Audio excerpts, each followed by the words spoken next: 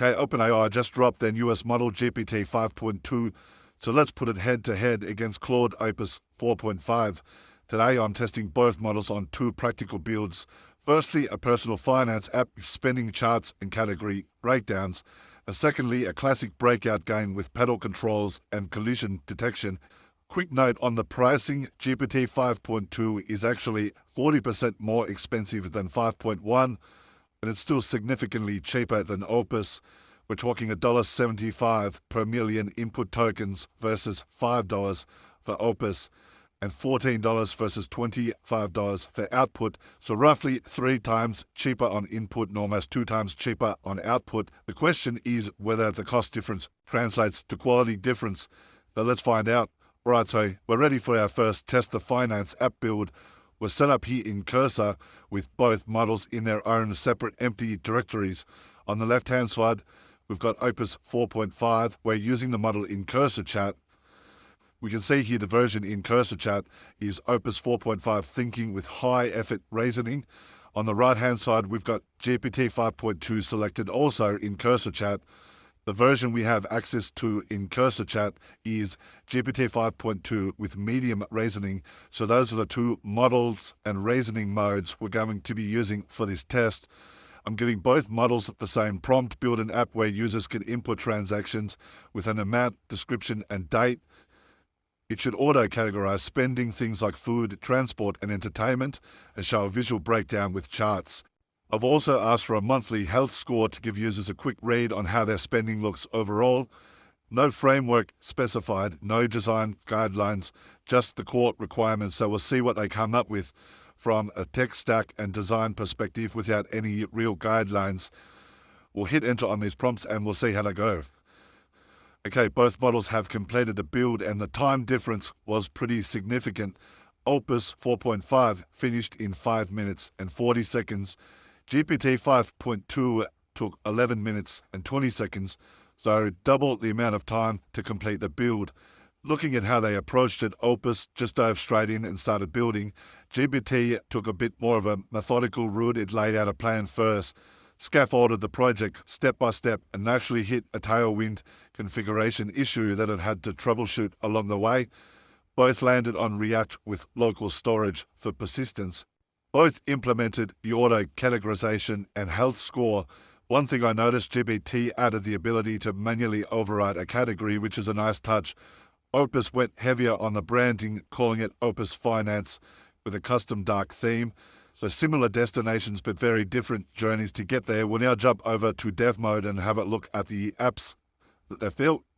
Right, here's the Opus 4.5 build. First impressions, it looks really polished. The UI and design, it looks really good. It's gone with full brand identity. We've got a logo at the top and a name, Opus Finance, with a tagline, Your Personal Finance Snapshot. The monthly health score looks really good, the way that it's got this gauge here with a score that we can track, and little touches with the emojis in each section also just make it look really good without being too over the top. Let's test the core functionality. Now I'll add a few transactions. We'll say $300 on groceries. We'll also do $150 on restaurants. So $80 on petrol. And we'll say $5,000 for income. And we'll say salary for the description.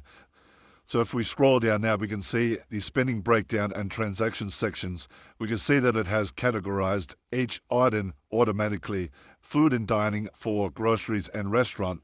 Petrol has been categorized as transport and salary as income.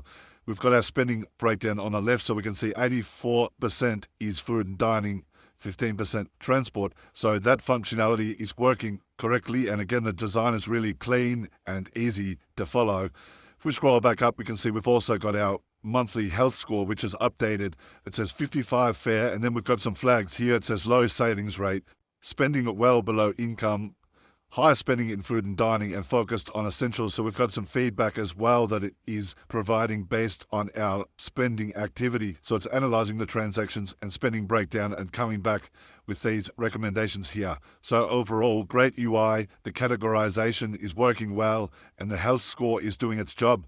It feels like a finished product, a really solid build from just that simple prompt that we provided. So really good performance once again by Opus 4.5. Now let's have a look at GPT 5.2.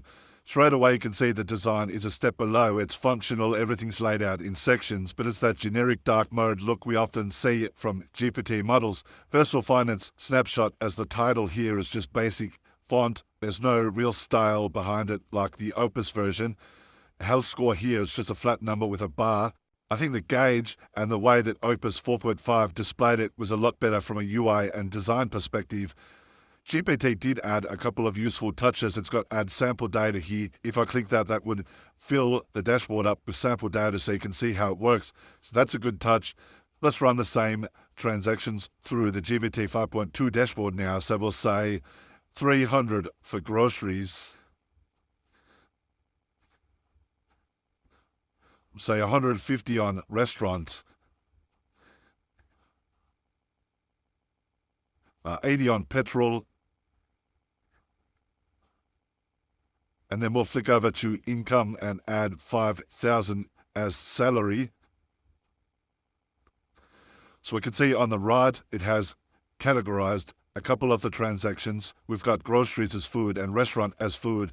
Petrol it has as other, and salary as income. As we can see here, we also have this drop-down where we can override the category, so that is that feature that GPT 5.2 implemented that Opus 4.5 didn't. So for petrol, for example, it hasn't nailed the auto characterization, whereas Opus 4.5 automatically assigned it as transport, but we can override it here and change that to transport. And you can see here it says now it's a manual category. So that is working, but not as good as Opus 4.5 at detecting the category automatically. We can see the monthly expenses now is accurate. We've got 84% of food and 15% for transport. On our left-hand side, we've got our monthly health score, 80 out of 100. It says great as the status. And the notes says savings rate looks strong. Discretionary spending is relatively high. So we've got some feedback as well. So it is obviously looking at both the transactions and spending breakdown, and then giving us some feedback here as well. So both apps work. Transactions, categories, charts, and health scores are all functional. The difference is the polish. Opus 4.5 nailed the categorization out of the box and delivered a noticeably cleaner and more branded design. As you can see here, it just looks a lot nicer and cleaner from a UI perspective. GPT, on the other hand, on categories where we had to override one, and the UI is just a bit more generic and basic. One thought, if you're cost conscious, you could potentially use GPT 5.2 for back-end logic and bring in Opus for the UI and design work. That way you play to each model's strengths and potentially save on costs. Because Opus 4.5 costs more per million tokens, that might be better saved for the UI and design stuff, because as we can see here, GPT 5.2 has delivered on the actual functionality. It's just fallen short from the UI and design perspective. So for this test, Opus 4.5 takes the win. Let's now move on to test 2. All right, now for test number 2, we're going to ask both models to build a breakout game. A breakout game is a classic kind of arcade game. There should be a paddle at the bottom, a ball bouncing around, rows of bricks at the top. If we hit a brick, it should break. We'll score points. And then if we miss the ball, we lose a life of us for score tracking, lives, and a win condition when all the bricks have been cleared. Again, the prompt is exactly the same for both models, and we have no framework specified and no design requirements, just the core gameplay. So we'll see how each model handles the build and what design they come up with. So we'll hit enter here and we'll see how long that they take to build the game, and then we'll test both out. Okay, both models have finished building the game, and the time difference has completely flipped from test 1. GPT 5.2 finished in 1 minute and 43 seconds. Opus 4.5 took 6 minutes and 27 seconds, so nearly 4 times longer Opus took here to build the game. Looking at the builds, GPT 5.2 kept it simple, self-contained HTML, CSS and JavaScript. So we'll open the file, play the game, and we're done. Opus 4.5 went a very different direction. It committed to a full neon retro futuristic aesthetic, particle effects, ball trails, CRT scan lines, animated UI, the works. but it also spent a lot of time trying to test the game in the browser and running into issues. It tried clicking, double-clicking, pressing space, enter. It tried all of those controls, basically troubleshooting its own click detection for several minutes. That's what ended up slowing it down. So GPT 5.2 shipped fast and functional. Opus 4.5 spent extra time on visuals and polish, but also got slowed down with debugging. Let's now see if the extra effort from Opus 4.5 pays off. We'll jump over to dev mode and try out both games. Okay, GPT 5.2 was the first to finish, so we'll try that game first. As we can see here, UI and design-wise, doesn't look too great from our first impression. We can see it says Breakout with some controls and a start button. We've got score and lives in the top right and a name top left, but UI and design is lacking a bit. We'll hit start and see how we go. We can see there are blocks here. We've got our paddle at the bottom and a ball, but now it's started, so it is working now. It looks like it's clearing every block it hits. I think it's meant to just hit one and rebound back to us, but it looks like it's going through them all. But it's kind of working now, so looks like it is functioning. The design looks okay. The actual physics of the ball is a little bit off, and now we're just going straight up and down. But we can see it is functioning correctly. We might try and clear the level, although that's going to take a while, so I might lose a life and see what happens. Life lost, and then it says we've got 2 lives left. Press space to serve to start again. That's a quick look at the GPT 5.2 version before we make a verdict. Let's jump over and test out Opus 4.5. Okay, here's the Opus 4.5 version. This one's called Neon Breakout. We can see the UI and design already is a lot better. We've got a title for this game and then a tagline again, break through the neon barrier, and a start game button which lights up when we hover over it. We've got our lives top right and our score top left. Let's hit start and check it out. So again, it's the same mechanism here where we've got the paddle on the ball, or we've got a click to serve it. The actual blocks here don't quite line up. At the top, you can see on the left we've got a gap here, but there's no gap on the right, so it's not quite centered. We've served the ball. This is moving a fair bit quicker than the other one. That's a bit more challenging. I'll try to keep it going, but functionally and the way the mechanism is working is correct. We've got a score. It's definitely a lot harder to keep this one going, so not sure how much longer will last here. Game over, final score, and a play again button. We might try once more, so we can click to serve the ball, and then we've just got to try and keep up with the paddle to keep the blocks going. We can see there the physics and the mechanism is working similar as well to the GPT 5.2 version. Right, so in summary, both games work. The paddle moves, the ball bounces, the bricks break, the score tracks, the lives count down correctly, so the core gameplay is solid on both. Design-wise, Opus 4.5 went all in on that neon retro aesthetic, the glowing border, the stylized title, the diamond icons for lives. The whole arcade vibe has been presented here on the Opus version. GPT 5.2 kept it cleaner, nice gradient background, simple grid, clear UI. Both look good, but Opus definitely has more visual impact.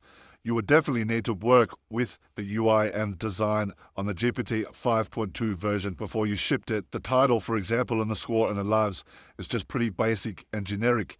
The one small issue we saw on the Opus version was the brick layout that has a gap on the left but not on the right, a minor formatting bug, but it is there. The big difference this time was speed. GPT 5.2 built this in under 2 minutes. Opus took over 6, and a chunk of that was spent debugging its own click detection. So for this test, I'd call it pretty close to a draw. Opus looks better, but GPT 5.2 shipped faster with cleaner code, and it reinforces what we saw in test 1. If you're optimizing for cost and efficiency, there's a real case for using GPT 5.2 for your core logic and functionality, then bringing in Opus 4.5 when you need that design polish. If you enjoyed this video, this is what we do here. Fast, clear updates on the biggest moves in AI. If you want to stay ahead of everything happening in this phase, make sure you subscribe.